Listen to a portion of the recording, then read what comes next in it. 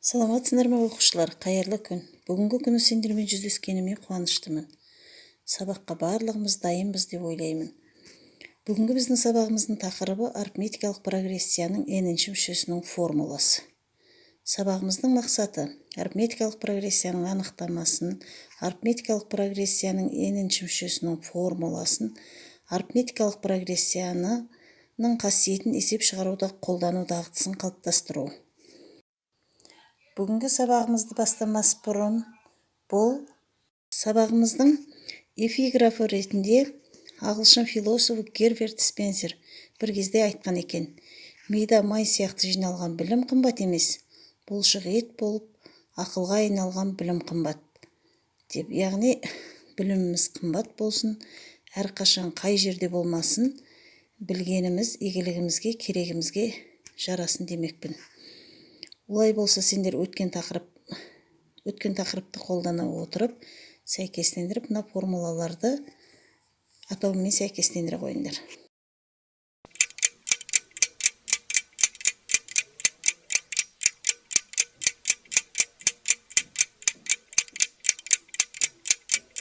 Жарайсыңдар балалар. Барлықтарың дұрыс әрі аяғына дейін орындап үлгерді деп есептеймін. Әрқайсың сәйкестендірудің жауабымен өздеріңнің жауаптарыңды сәйкестендіріп көріңдер. Олай болса, біз жаңағы өзіміз сәйкестендіріп өткен формулаларды қолдана отырып, мына 3 деңгейде берілген есептерді жеке дәптерімізге шығарып орындай қоямыз.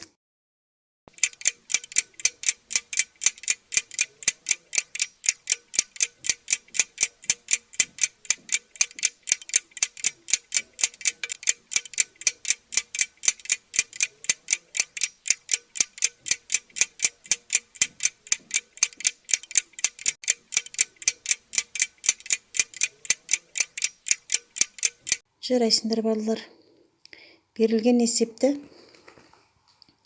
барлықтарың шығарып үлгерді әрі дұрыс есептеді деп сенемін. Бірінші есепте бізде арифметикалық прогрессияның бірінші мүшесі мен айырмасы берілген. Мұндай жағдайда біз арифметикалық прогрессияның кез келген мүшесін оңай есептей аламыз. Яғни алтыншы мүшені есептеу үшін бірінші мүшеге 5 еселенген айырманы қосамыз. Есепте көріп отырғанымыздай алтыншы мүшенің жауабы 15. Екінші есепте арифметикалық прогрессия бізде тізбек түрінде берілген. Ол тізбекте берілген сандар арқылы біз арифметикалық прогрессияның бірінші және екінші мүшесін анықтай аламыз. Бірінші және екінші мүше арқылы арифметикалық прогрессияның айырмасын табуға болады. Арифметикалық прогрессияның бірінші және айырмасы белгілі болған жағдайда осы арифметикалық прогрессияның n-ші мүшесінің формуласын біз оңай жаза аламыз. Үшінші есепте арифметикалық прогрессия бізде өспелі. Бұнда үшінші есеп сияқты арифметикалық прогрессияның теріс мүшелерінің саны шектеулі. Біздің есебіміздің шартында теріс мүшелерінің санын білу керек. Ол үшін арифметикалық прогрессияның n-ші мүшесін 0-ден кіші деп алып, біз теңсіздік құрастырамыз. Теріс мүшелерінің саны 15.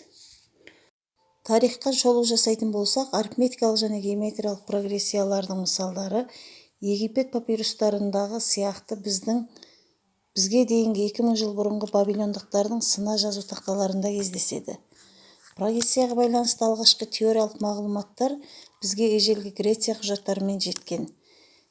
Прогрессияға қатысты кейбір формулалар үнді ғалымдарында да белгілі болған. Келесі мен сендерге сиқырлы ағаш атты логикалық есеп ұсынбақшымын.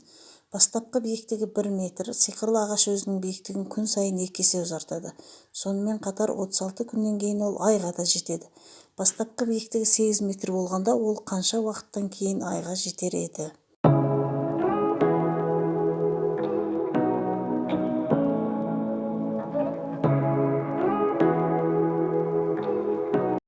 Сабағымыздың соңына да келіп жеттік. Сендердің көңіл күйлеріңді, сабақтан алған әсерлеріңді білу үшін мен сендерге мынандай сұрақтар қойғым келеді.